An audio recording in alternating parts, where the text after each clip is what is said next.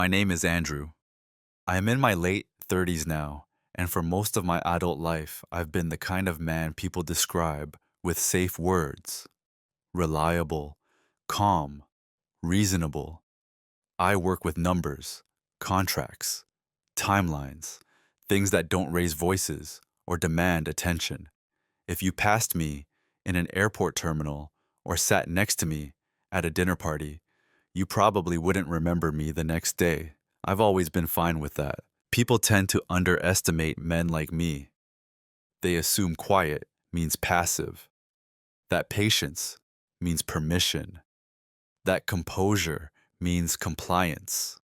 I've watched it happen in boardrooms, in friendships, and, most painfully, in my marriage. Not because I lacked awareness, but because I believed restraint was the same as integrity. This story isn't about revenge. It isn't about winning or humiliating someone who hurt me. It's about clarity. It's about the moment when you realize that staying silent isn't always noble and that dignity doesn't require noise. The title of this story still sounds unreal to me.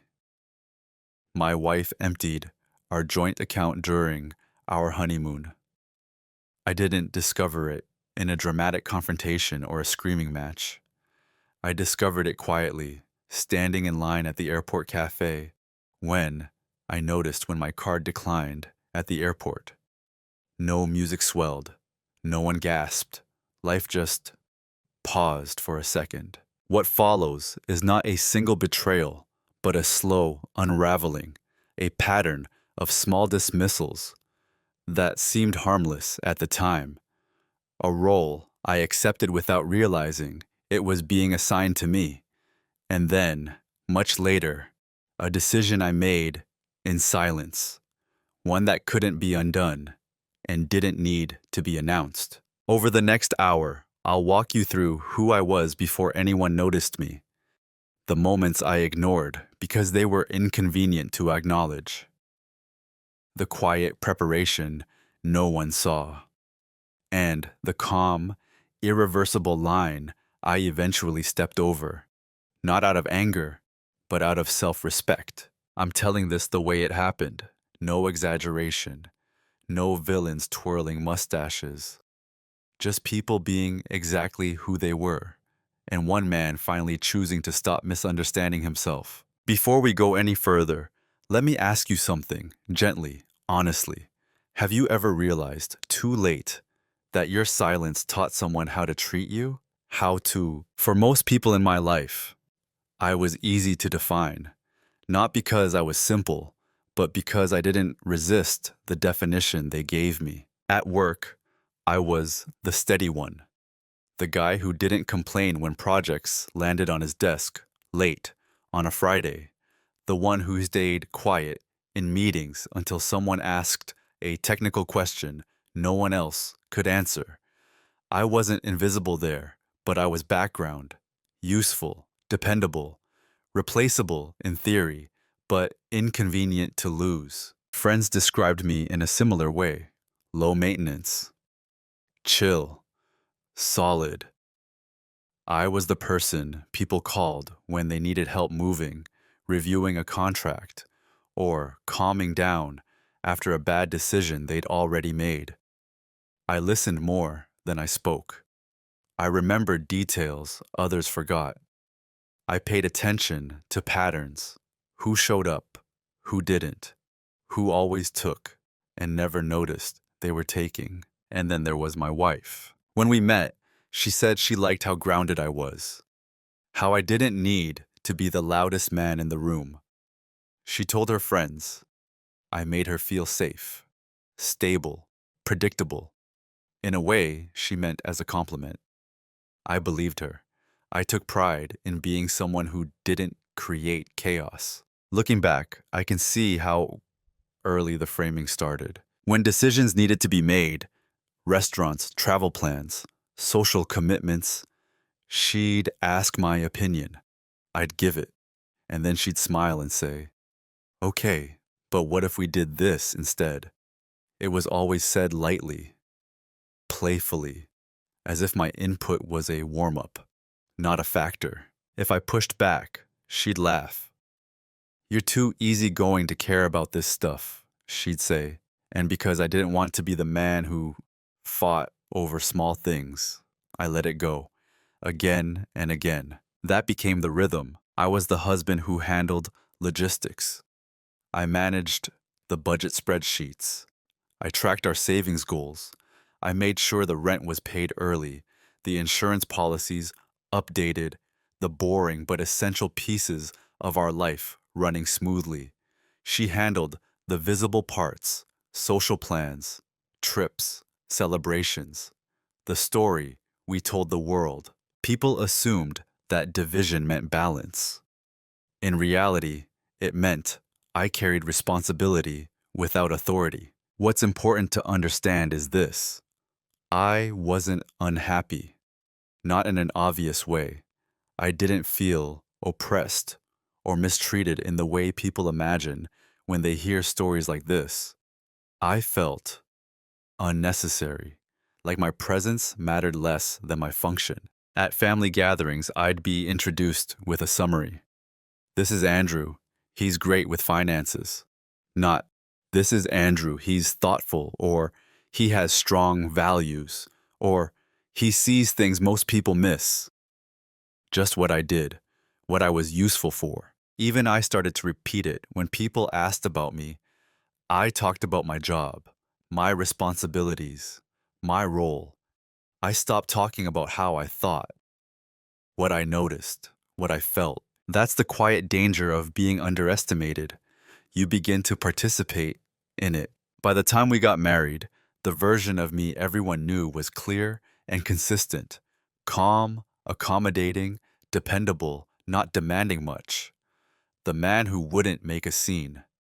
The man who could be counted on to absorb stress without reflecting it back. No one ever asked if that version was complete, and I never volunteered the answer, because at the time, I believed something that now feels naive, that being needed was the same as being respected, that if I kept things running smoothly, appreciation would naturally follow, that love, like a ledger, would balance itself over time. I didn't realize I had already been assigned a role, and that stepping out of it would eventually cost me everything I thought I was protecting. The first moment that should have stayed with me didn't arrive with drama. There was no argument, no raised voices, no sharp words meant to wound. That's probably why it slipped past me at the time. It happened months before the wedding, on an evening that felt ordinary enough to forget. We were sitting at the kitchen table, laptops open, half watching something on TV, while I updated our shared expense tracker. It was something I did once a week, quietly, without being asked. I liked knowing where things stood. Numbers, at least, told the truth when you looked closely. I noticed a transfer I didn't recognize, not large enough to cause concern, just unfamiliar. I asked about it casually, the way you ask about weather. "Hey, what was this charge from yesterday?" She barely looked up. "Oh, that? I moved some money."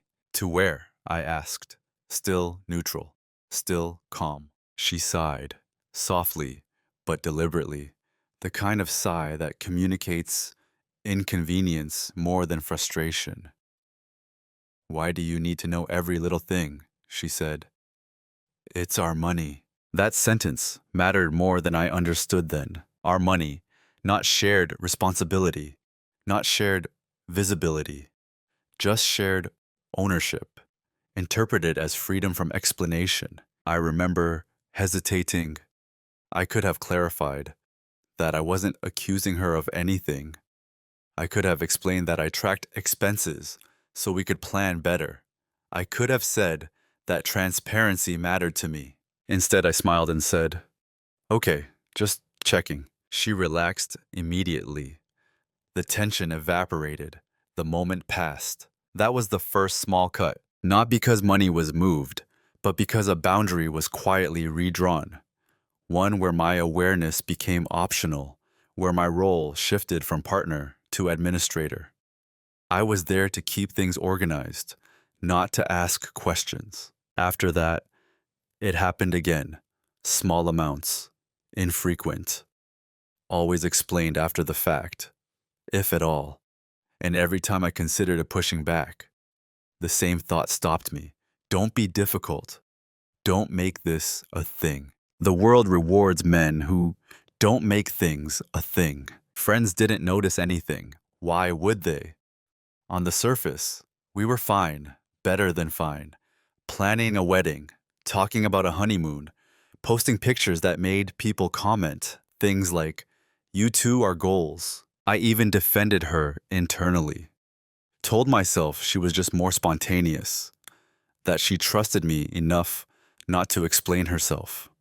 That love didn't require itemized reports. But something subtle changed in me after that first exchange. I began to notice how often explanations flowed only one way. How often I accounted for my decisions, my time, my spending, while hers simply existed. How our life slowly became a series of choices. I supported, but didn't shape. Still, I stayed quiet because the cut was small, almost invisible. And small wounds are easy to rationalize when you don't want to imagine what they might become if left unattended. After the first small cut, nothing collapsed. That's the part people misunderstand when they hear stories like this. They expect a turning point, a moment when everything clearly goes wrong. But what actually happens is far quieter. Life continued. We planned the wedding. We argued about flowers and seating charts in ways that felt normal. We laughed. We posted pictures. From the outside, nothing looked unstable. And because nothing looked wrong, I learned to reinterpret the moments that felt wrong. The financial boundary never returned to what it had been.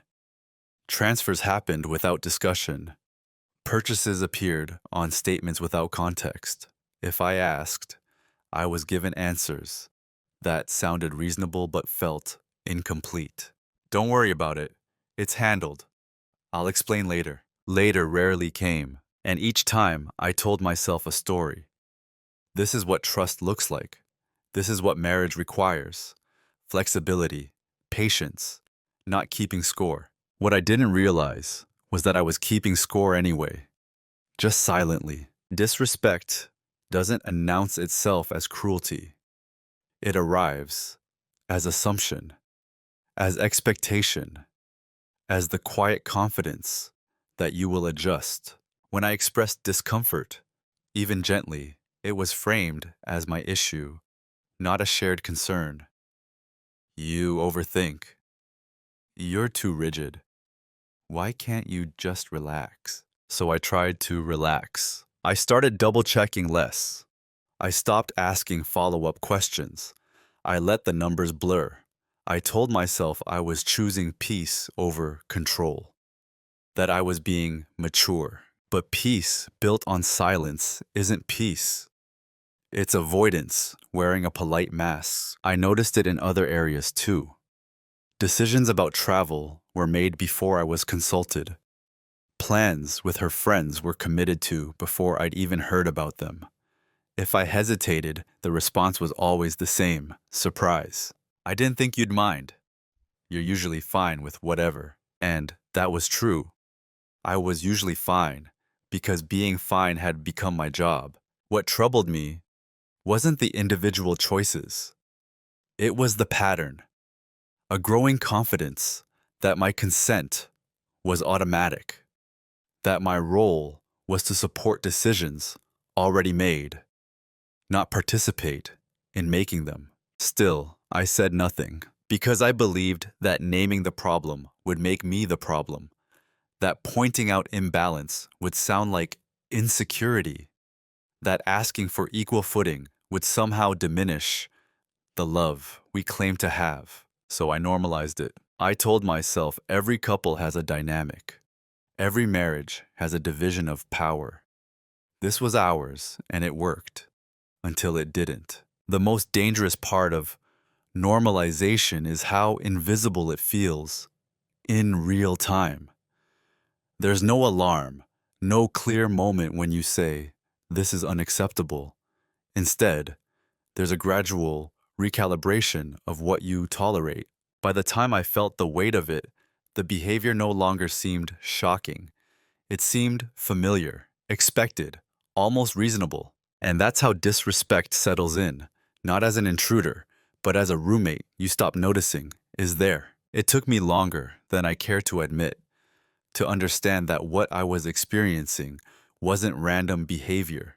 It was a role, one that had been quietly written for me, and one I had been performing without rehearsal. I was the stabilizer, the man who absorbed uncertainty so others could feel free, the one who handled consequences while someone else enjoyed choices.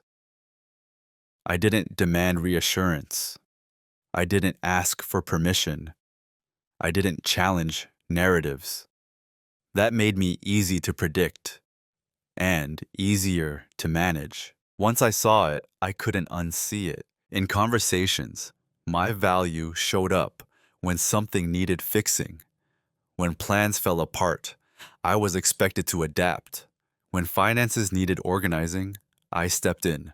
When emotions ran high, I was the calm one, always the calm one. But calm, I learned, can be misread as consent. When she spoke about our future, it often sounded like a monologue.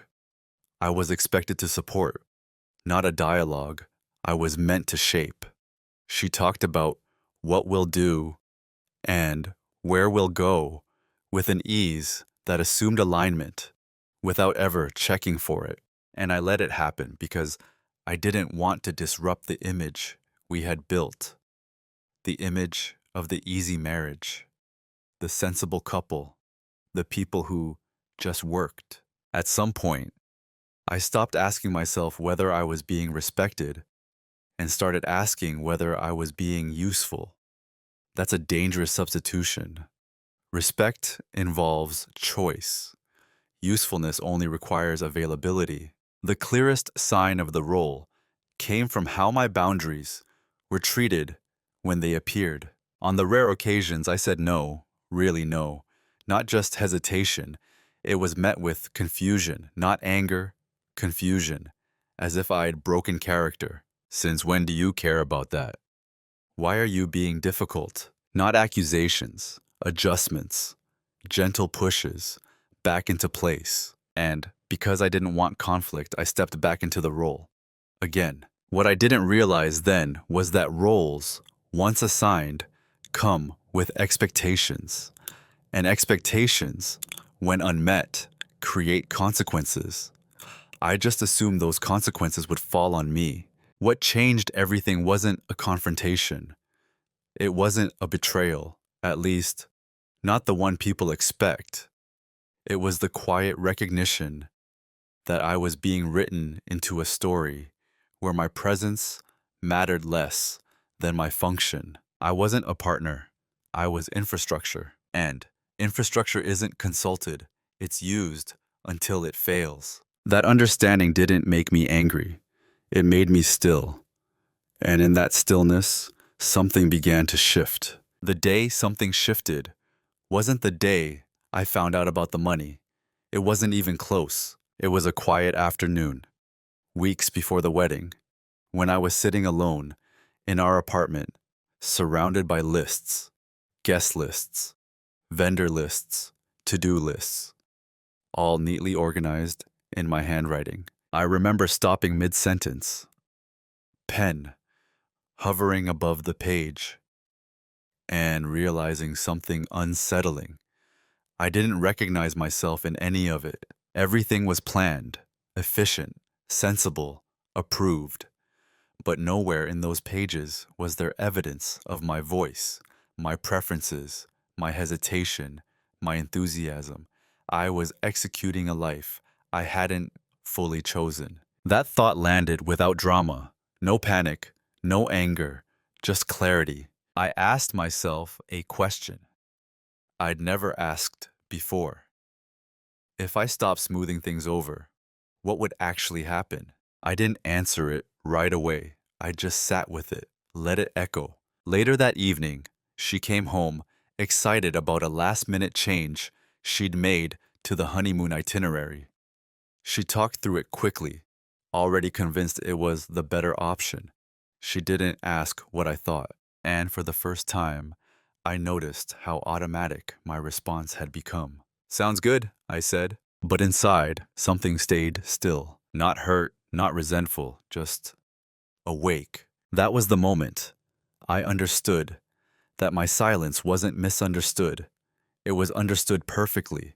It was being counted on. The shift wasn't outward. I didn't start arguing. I didn't withdraw affection. I didn't make passive-aggressive comments or demand apologies. I started observing. I watched how often decisions were framed as fates accompli, how frequently we meant I've already decided, how easily my agreement was assumed, and how rarely it was requested. And I stopped correcting the narrative, not because I was giving up, but because I was learning. There's a difference between silence that comes from fear and silence that comes from choice. I crossed that line that day. For the first time, I wasn't staying quiet to keep the peace. I was staying quiet to understand the terrain. And once you understand the terrain, you stop getting lost in it. After that day, my silence changed its texture. Before, it had been soft, almost apologetic, a way of shrinking so things could move smoothly around me. Now it was deliberate, measured, observant. I didn't announce the change because announcing it would have defeated the purpose. People behave differently when they know they're being watched. I needed to see the pattern as it truly was, not as it would become under scrutiny. So I stayed exactly the same on the surface. I nodded when plans were presented as final. I agreed without debate. I smiled in the right places. I remained, in every visible way, the man everyone expected me to be. And because of that, no one noticed what I had stopped doing. I stopped volunteering reassurance. I stopped filling in gaps. I stopped correcting assumptions in real time. Instead, I listened. I paid attention to how often my absence from a decision went unnoticed, how rarely anyone checked whether I was actually aligned or simply available. I noticed how comfort grew in the space where my resistance used to be hypothetical. Silence, I learned, is often mistaken for stability. When someone has never pushed back, their continued stillness feels like permission. That misunderstanding became my shield. The more I said less, the more confidently others spoke for me.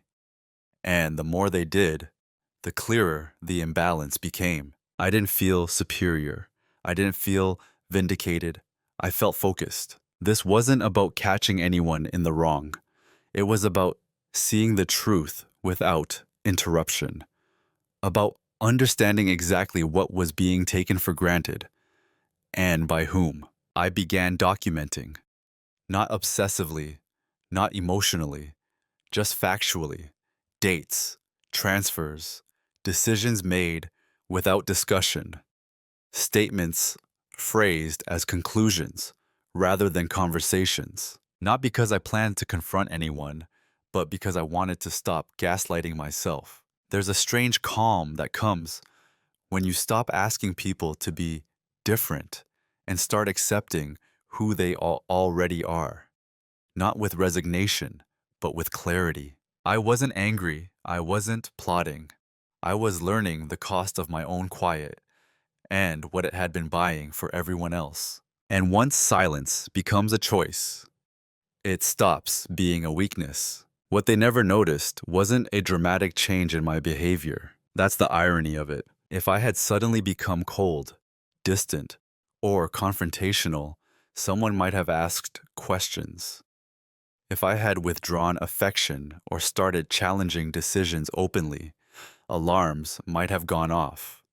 But I did none of that. I stayed exactly the same on the surface. That's why no one noticed what was actually happening.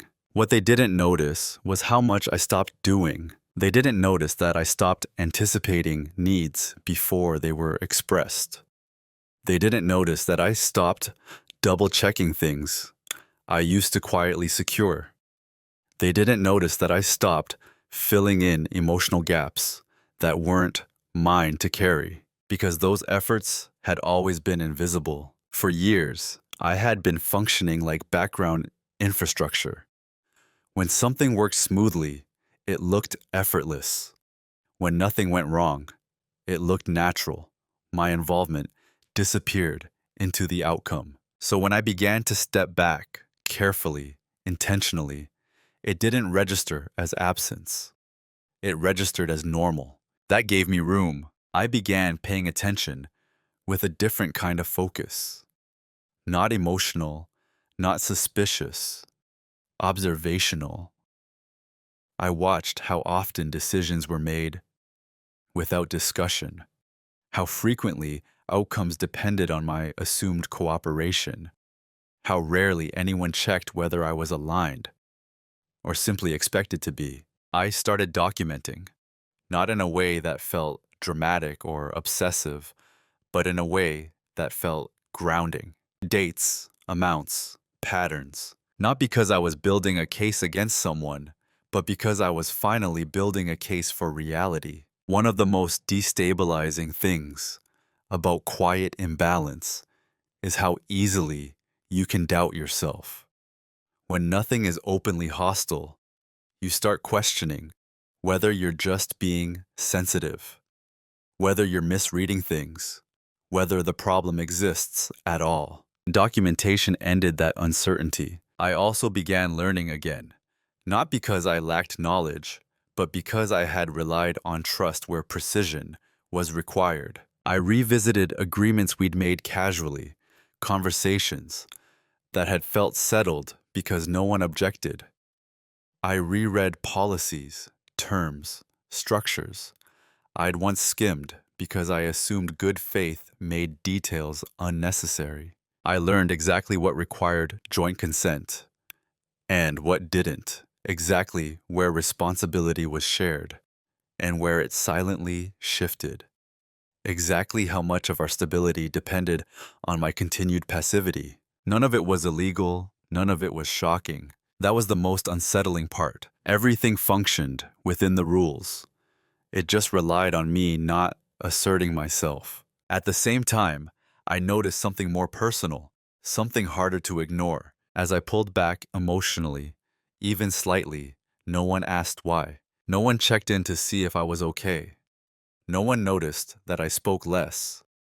No one seemed curious about the fact that I was no longer smoothing over tension before it surfaced. That absence of curiosity told me more than any argument ever could. It revealed that my role wasn't relational, it was functional. I wasn't being seen, I was being relied upon. And reliance, when unacknowledged, becomes entitlement. They never notice the preparation because preparation doesn't announce itself.